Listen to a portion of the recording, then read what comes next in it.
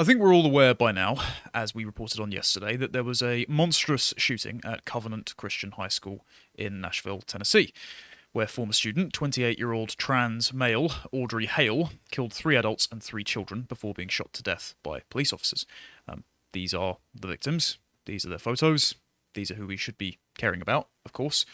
Unfortunately, the establishment and the media have ran interference for the trans shooters' motivations, going so far as to justify them as the inevitable consequence of so much transphobia in society. And that's why I think there's going to be more of these shootings. I would be shocked, but I'm honestly not anymore. It's not surprising to me that as long as if the shooter, the terrorist, whatever, falls on the intersectional pile, that their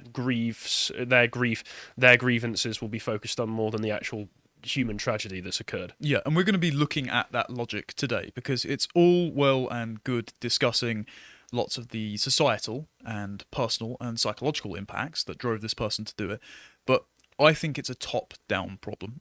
And so if we go on to this next article, the reason I am highlighting this is because there is a former FBI profiler who has said she expects the copycat effect to take effect. She expects this shooter to have looked up other shooters' manifestos and also to glorify the way that these people went out in a seeming blaze of glory for their ideological cause, like martyrs. And so she's saying that other schools should be on high alert. One of the schools that the shooter was going to target, they actually desisted from going after because that school had armed security. So I think it's pretty sensible for lots of schools in America to have armed security. But David Hogg said that if we just get rid of people's guns and right to own guns, then it'll just stop. Yeah, but the CDC study for aggressive defensives of firearms found that between 500,000 and 3 million lives are saved every year using firearms. So he can go to hell, quite frankly. Of course he can. I will say, I don't want to sound too conspiratorial here because it's early days, but seeing as we're mentioning the FBI right now, I have to broach the subject.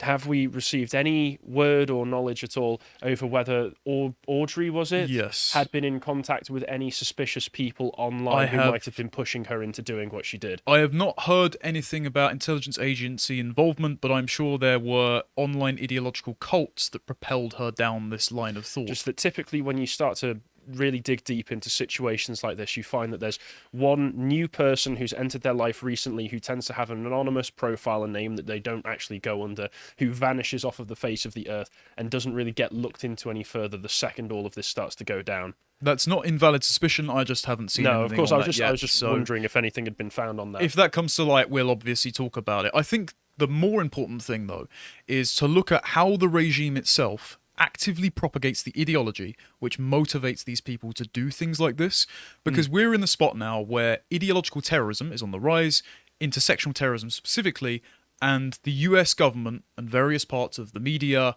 the pharmaceutical establishment, and politicians are actively enforcing it, not in the lone wolves that are going out and killing children, but in the sort of collective movement, which moves inexorably towards blaming large groups of people for why you are personally held back as an oppressed minority, and that leads inevitably to killing them. And we're going to go through some examples today of why, unless we desist from this particular ideological project, which I don't think people in power want to, we're going to see more of these tragedies. And they're also very avoidable. Carl and Dan recently spoke about on the website, if you pay £5 a month, you'll see all of our premium content. This was an illuminating conversation on why America is in this state, why there's so much lawlessness, and they took a bottom-up perspective on this. They said the disintegration of the family, which actually applied to Audrey in this case, fatherless home. They said about the low standards of education. They said about our welfare reforms have torn apart black communities, and so that disintegration of the social fabric means there are no interpersonal expectations anymore, and the social contract has been dissolved, so it doesn't matter if you go out and smash up your own community. As we'll be going through, and as I know that you're leading on to, though, it's not as simple as just a bottom-up explanation. These things aren't just spontaneously occurring. The circumstances that have led to the disintegration of cultural norms and society have been basically legislated on people, forced on people who wouldn't have behaved in the way that they do currently by implementing some very, very negative incentives, by making it essentially illegal for a lot of people to behave in a more wholesome way. Yeah, and there's also lots of people whose lives didn't turn out the way they wanted and are looking for someone to blame and would not be blaming straight white Christian men as a category if they weren't inspired to do so by media and politicians who constantly scapegoat that as an easy way to explain their own inferiority, mediocrity, or poor life choices. So this has been inspired by power structures for people to raise their revolutionary consciousness, and we're seeing individual acts of revolutionary violence play out with things like this shooting, or, as we'll come on to now, there are random sort of occupations. If you go on to the next one, please, John. Random occupations of highways in Austin, and later we'll look at Georgia, by largely defund the police activists who are firing fireworks at cop cars and smashing up buildings. If you just scroll down, please, John, there will be a video of retreating cop cars and this. People have been set on fire. If you just keep going, please, while I talk. What happened was this was originally a street race, and this was in Austin, and the protesters occupied the highway. The police turned up. The police response time is really slow at the moment. And when they did, they were mobbed by the protesters, and the police car starts to reverse, and the protesters are just firing fireworks at the retreating police cars. And it just demonstrates there's actually no fear of law enforcement repercussions by these people. This is just organised lawlessness. These people know. It always refers back to the idea of anarcho-tyranny that was developed by Sam Francis. This idea that the power structures that we exist within are far more interested in criminalising petty minor acts like, oh, somebody insulted somebody on Facebook or Twitter, we best go and arrest them, than actually dealing with true lawlessness, which is in a sense just encouraging it. Because all of these people, the organisations that they take part of, they, like you say, they know that they're not going to really face any true repercussions from this. If they get caught at one of these protests, their jobs aren't going to really be at risk, even if they have done something violent. And most of the time, if they are part of a broader organisation, the further you dig deep into it, you find that there is institutional backing for them, either directly tied to governments or non-governmental institutions, which inevitably are essentially government institutions anyway. Well, let's see one of those satellite organisations now by going on to what happened in Georgia recently. So this was the Georgia Atlanta Police Department have set up a new police training facility, and they're going to be bulldozing a certain section of forest, and large amounts of Antifa activists have turned out to occupy the area, throw rocks, firebombs and fireworks at the police, and you can see them storming into the compound space now, trying to set up an autonomous zone, setting off fireworks as you see in the camera, and eventually they set light to the bulldozer in this footage that Andy No has shared because Atlanta police decided to release the CCTV footage, and you can scroll through Andy No's thread if you want to see a lot of this firsthand.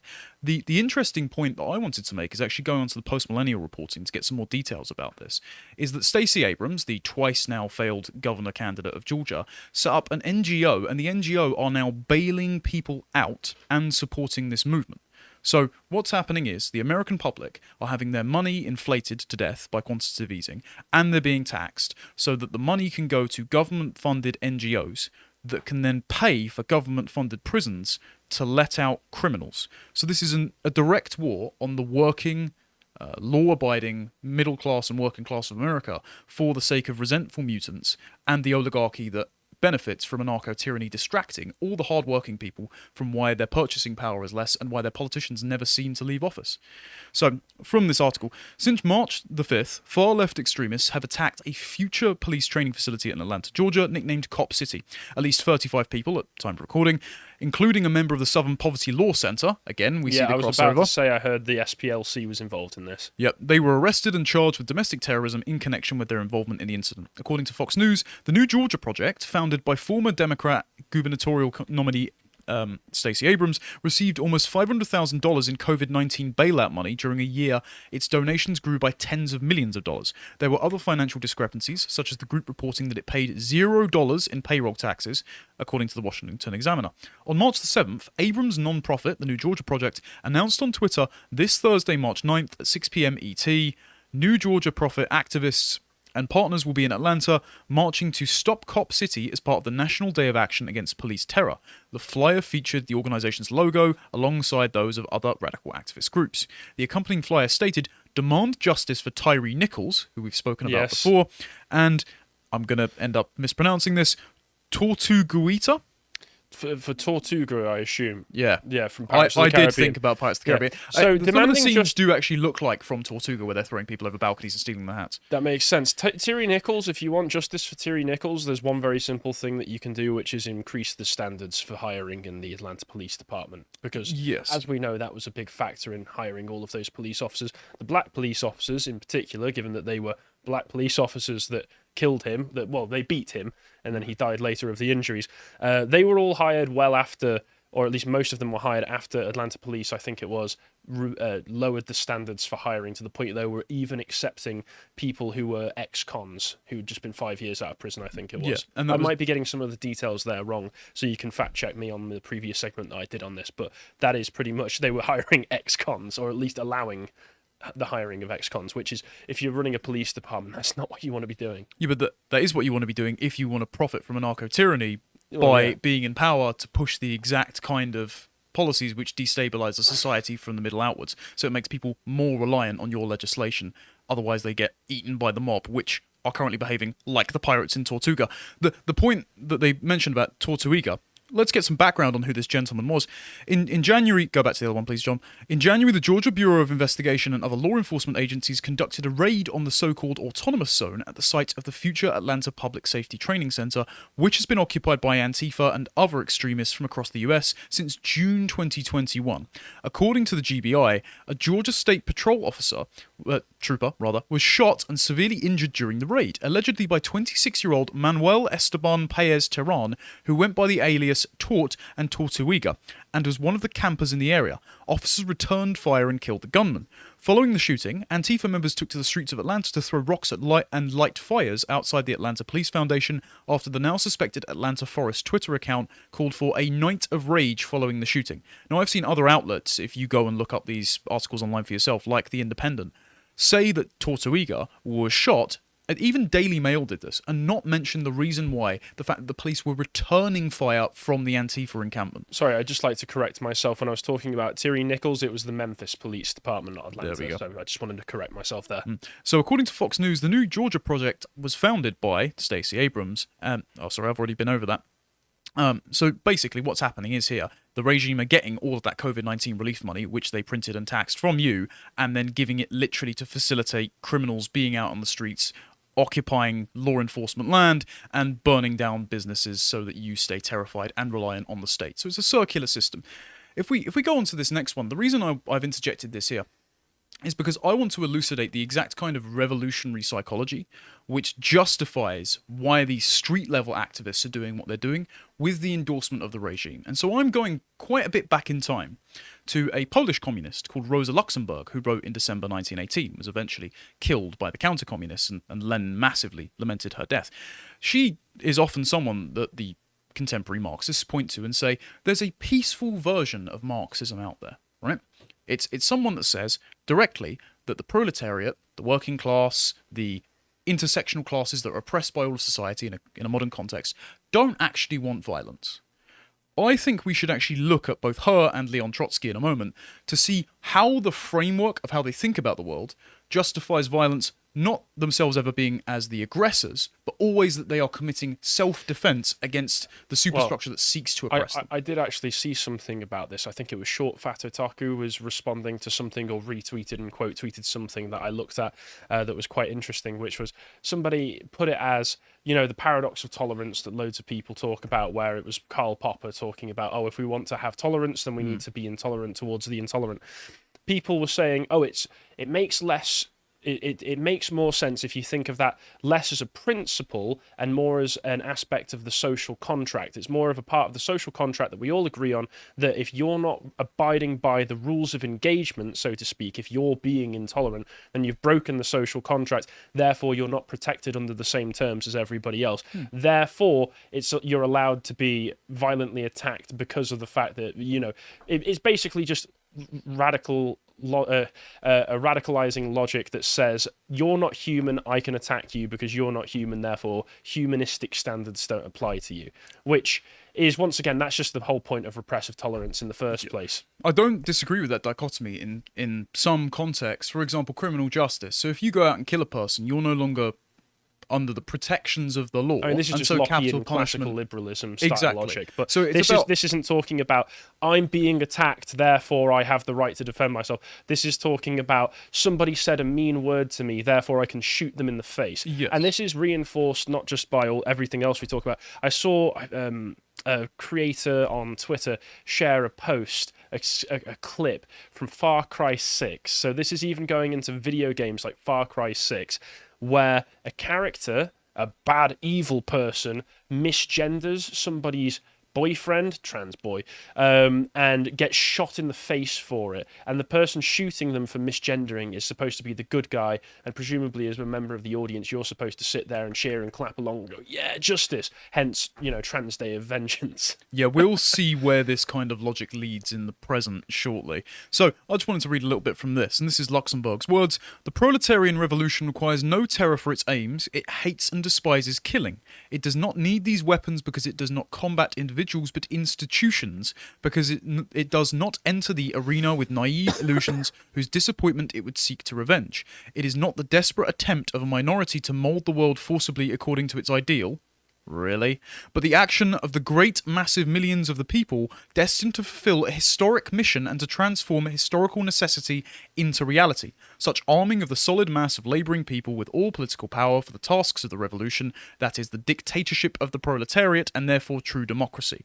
Nowhere the wage slave sits next to the capitalist, the rural proletarian next to the junker, in fraudulent equality to engage in parliamentary debate over questions of life or death, but where the million-headed proletarian masses seize the entire power of the state in its callous fist, like the god Thor his hammer, using it to smash the head of the ruling classes. That alone is democracy, that alone is not a betrayal of the people. See how they predefine their utopia as a historical necessity? That's the clause that they use for the idea of repressive tolerance, that anyone that's standing in the way of the actualization of the utopia that they've already defined as correct, as a dialectical process that will play out, you're not a principled person who just opposes how it may play out or is challenging some of the premises in good faith. No, you're an evil impediment to the utopia which is going to be erected, and so all actions to defend their utopia from your aggression are permitted. So they can just kill you so that utopia will exist. Well, this is, at the end of the day, what this clearly is just, I already hate you, I already want to kill you, how can I rationalize it and make it sound intellectual? Especially given smash the head of the ruling classes. People like you and I, people who are going to school board meetings and complaining about the fact that, this stuff is being taught in school, are not the ruling classes. No. The ruling classes overwhelmingly are people in support of this kind of ideology. And I think they've made it clear through things like anarcho-tyranny, through the rationalization of repressive tolerance, that these people are the people who think that they are the revolutionary proletariat in this circumstances, if you want to classify them that, are basically just useful idiots. They're the tools of the ruling classes to be able to make it so that people like you and I are either too distracted by everything that's going on, because everything that is going on regarding this, when you've got people running into schools and shooting up small children and teachers, that's still really important. You want to be able to focus on stuff like that and say, no, that's wrong. But at the same time, there's lots of other shady stuff that goes on in the background that gets distracted by this. And then when you've got Antifa and such being backed by the SPLC and going out and attacking police stations, that just reminds everybody, we're not in control. You're powerless. You're pathetic. You're weak. Keep it that way, and then they want to turn around and say at the same time that we're oppressing people. I find it's all so absurd. It's so absurd and hilarious, but it's sad at the same time. Well, it's sad because literally we have the bodies of children to prove what this ideology is capable of. And so I wanted to mention just Leon Trotsky, because not only does the regime and the communist revisionists stump for Trotsky as someone who is in favour of peace, if you go on to the next one, please, John, but this is fascinating, right? And I think this explains the mindset of the leftists that we'll be looking at shortly as to why they're not... I'm not going to go so far as to say they are endorsing what happened at the high school, but they are kind of understanding it, and they're only opposing it on the grounds of optics, not on the grounds of principle. Because lots of people point to here and say, oh, Trotsky was always against revolutionary violence. And he says, no. There is no need to belabor the point that social democracy has nothing in common with those bought and paid for moralists who, in response to any terrorist act, make solemn declarations about the absolute value of human life. These are the same people who, on any other occasion, in the name of absolute values, for example, the nation's honour or the monarch's prestige, are ready to shove millions of people into the hell of war. Today, their national hero is the minister who gives the sacred right of private property, and tomorrow, when the desperate hand of the unemployed workers is clenched into a fist or picks up a weapon, they will start with all sorts of nonsense about the inadmissibility of violence in any form. Whatever the eunuchs and Pharisees of morality may say, the feeling of revenge has its rights. It does the working class the greatest moral credit that it does not look with vacant indifference upon what is going on in this best of all possible worlds, not to extinguish the proletariat's unfulfilled feeling of revenge, but on the contrary to stir it up and again, to deepen it and to direct it against the real causes of all injustice and human baseness. That is the task of the social democracy. If we oppose terrorist acts, it is only because individual revenge on society does not satisfy us. The account we have to settle with the capitalist system is too great to be presented to some functionary called a minister. To learn to see all the crimes against humanity, or the indignities to which the human body and spirit are subjected as the twisted outgrowths and expressions of the existing social system, in order to direct all our energies into a collective struggle against the system, that is the direction which the burning desire for revenge can find its highest moral satisfaction. So lots of them complain that it's lone wolves because they don't want you to blow your load, revolutionary speaking, before you can do one large collective revolutionary push to overthrow the transphobic, oppressive, racist society and win ultimate victory. That is why the regime does not endorse this school shooting, because it's bad optics. That's it. Well, yeah. That's tragic. I mean, I've even seen posts on some forums, the Reddit forums, I think Rory in the office has shared a few with us this morning, where it was relatively normal, sane people on these forums going and saying, guys, maybe we should tone down the rhetoric a bit. Like, you know, you can say all you want, oh, trans day of vengeance, all this, but kids are actually dead. Maybe we should pull back. Maybe this is painting us to be the exact same sorts of people that Fox News and Matt Walsh say that we are. Well, it would seem that some people are very comfortable stacking bodies like a Tower of Babel stretching up to their equitable heaven. And if those bodies are of children, it doesn't matter. Now let's see the kind of rhetoric that got us to this place, because in order for them to defend themselves, there has to be a hidden hand transphobic conspiracy against which they have to defend themselves, right? Well, let's look at NBC News just before and after the shooting. So this was before, in 2021, transgender people in survival mode as violence rises, anti-trans bills become law. And I did hear actually someone on air, and Stephen Crowder played the clip in his show yesterday, but I can't remember which show it was, that as the shooter's identity was made in real time, known to the news anchor started explaining this comes after recent legislation in Tennessee that has blocked gender affirmative surgery for started minors. To get a producer in their ear saying, right, okay, you need to really harp on these points, get these talking Yes. points out, make sure to couch it in all of this dialogue.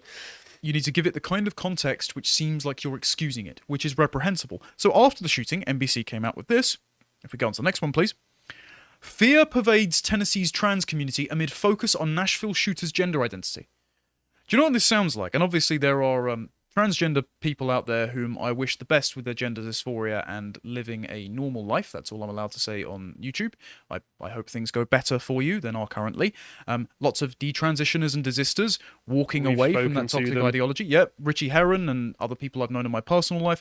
Lovely people who would not dream of being co-opted into this revolutionary vanguard of the resentful and not cognitively all there, I think is all I can say. That doesn't represent them.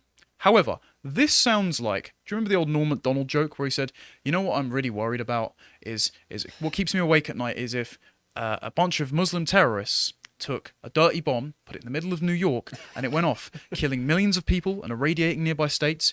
I could only imagine the backlash to actual Muslims in the country. Imagine that would be the most painful thing. Not the irradiated dead, the backlash of other Muslims. The best part about that joke is the people on the panel with him on his show didn't seem to understand that he was joking and just nodded along like retards. That's the best part of Norm Macdonald's comedy usually, and it's a shame we lost him. It's a crying shame he's gone. But it's a shame we also live in his prediction when children have been killed by a trans shooter who had a disintegrated family and other cognitive comorbidities is all I can say on YouTube, and yet all they care about is the abstraction of the intersectional coalition of trans identity that may be insulted by this when people go, well, maybe this isn't the healthiest ideology to live under because it drives you insane. Well, it's interesting that you brought up, there are people out there, probably people watching this video who have suffered from gender dysphoria, going through their own things. It's funny that this revolutionary fervor and this idea of the trans community always being in constant danger seems to be something that is a very recent development and seems to have been mainly created through fear-mongering sensationalist headlines like this. Because when you look into it, the population of actual trans people in the West is still vanishingly small. It's still a fraction of a percentage. And the fact that you get all of this media and all of the politicians coming to the defense of this group of people, which in reality is probably still in the realm of tens of thousands at most, it's very clear that this has been organised to me. They've wanted to get these people who oftentimes are already suffering from mental illnesses, as many of the younger generations already are, because I think they're we're going being... to have to blur that for YouTube. Oh, sorry. Oh, bugger. It's all right. Oh, well, we've already been demonetised.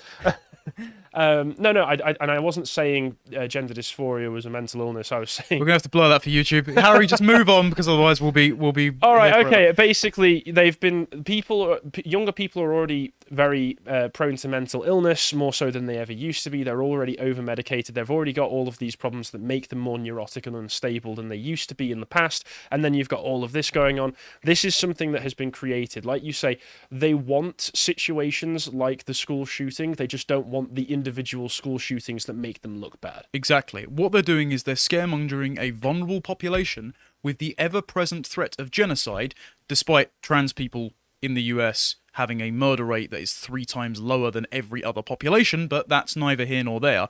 And then they go, okay, well, who's promulgating this genocide? It's Matt Walsh. NBC reporter, again, there is something in the water over at NBC. I suggest it's estrogen. This is a deleted tweet where he says, NBC has ID'd the Nashville school shooter as Audrey Hale, 28, who identifies as transgender and has no previous criminal record. Okay, but she shot children? Doesn't matter. Nashville is home to the Daily Wire, a hub of anti-trans activity by, and he tags Matt Walsh, Ben Shapiro, and Michael Knowles. Andrew Claven's probably feeling left out, I suppose. So they are deliberately saying, okay, these people are to blame for this shooter killing children because they didn't affirm the shooter's trans identity. And so it perpetuates the narrative that somehow this shooter was justified because if the oppressive society had just agreed with the path we're on to utopia, kids wouldn't have died. And you can see this also in this next one with Scott Wiener, who is a California senator. Is he congressman? I believe he's a congressman. It said senator. Oh, he is Scott senator. Wiener. Sorry. He might be a state senator, that's why.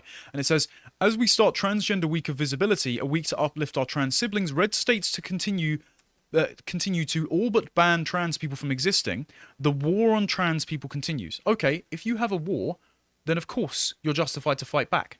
But you're not in a war. This is insane, ridiculous rhetoric that is genuinely endangering people's lives, and he knows that, and he's encouraging it because it serves his own interests being elected, fundraising, and the like.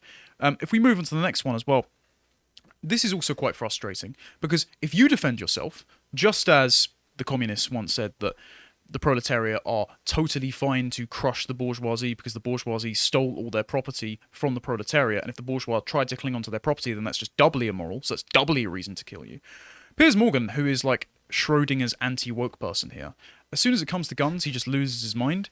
He's What if posted... the science changed, Piers? What if the science says? What if the data started coming back saying that these anti-gun laws don't actually do anything to help prevent gun deaths, Piers? Would it change just like it did with COVID? I mean, you said the science changed with COVID. I mean, it's already there. He just hasn't seen it yet or has his head in the sand like an ostrich. He posts a photo of Representative Andy Ogles from Nashville, Tennessee, with his family that he took for a Christmas card where they're all holding their rifles to defend their home, and implies that the fact that he wants to defend his kid's home with guns is why this insane gunman went into the school and shot a bunch of children.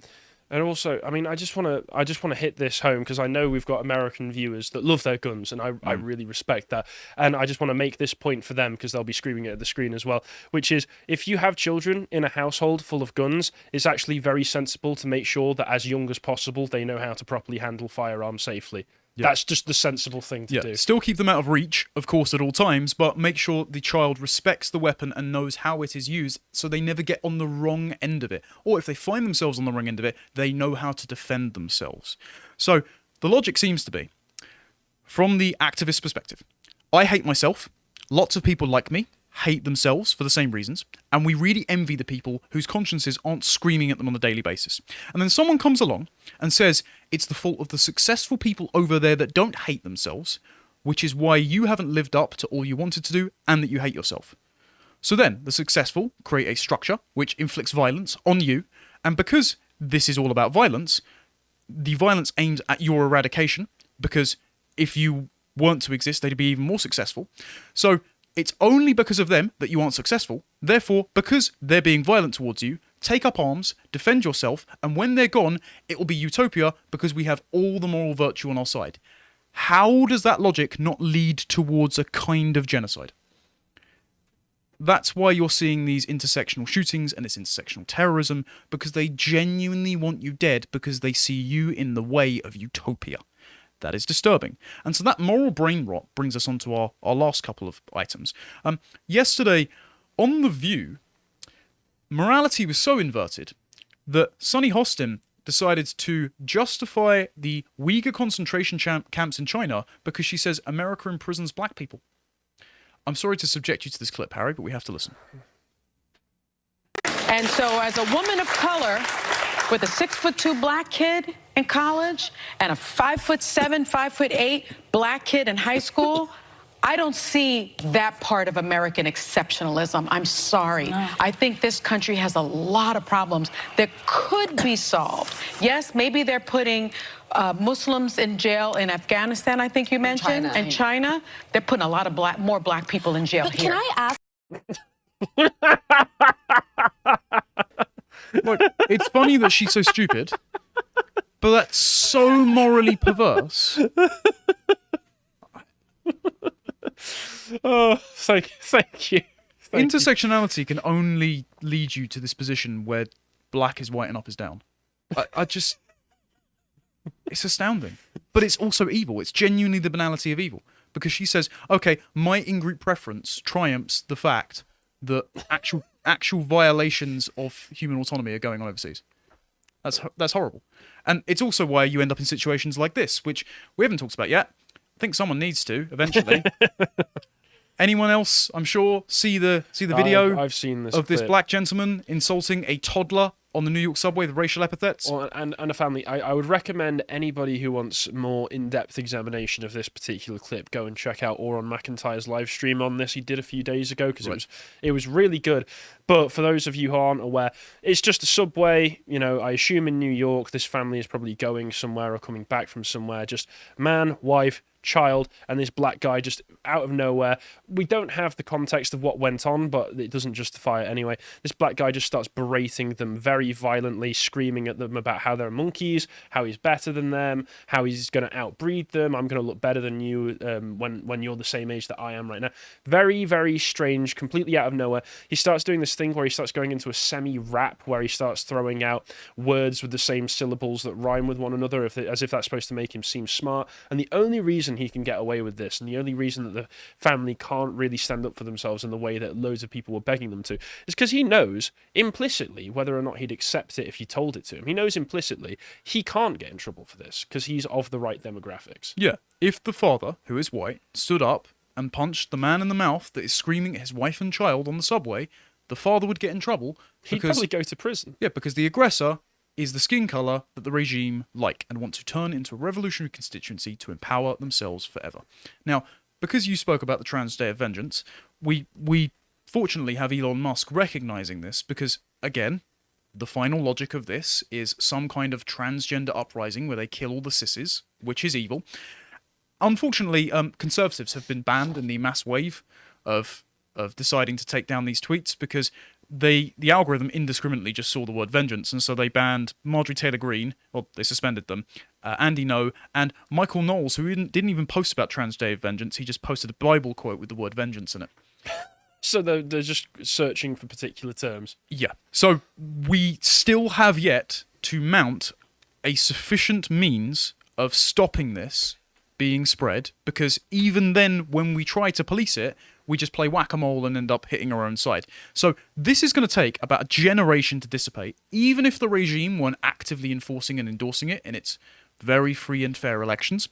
So the state wants you afraid, easy to control, and therefore reliant on them for the sole source of protection, particularly if they take away your guns. These people believe in violent revolution that would see you dead. So all I can suggest is the Scott Adams approach, which is get the hell away from intersectional ideologues and try and hunker down till the storm's all over, because unfortunately, woke terrorism will continue. If you appreciated that segment from the podcast The Lotus Eaters, you can go to lotuseaters.com to get access to all the premium content that's on the site, such as the Symposium series, this episode on the Republic of Cicero. If you'd like to find out what else is being put out, you can follow it on Getter at lotuseaters_com on Getter. Thank you and goodbye.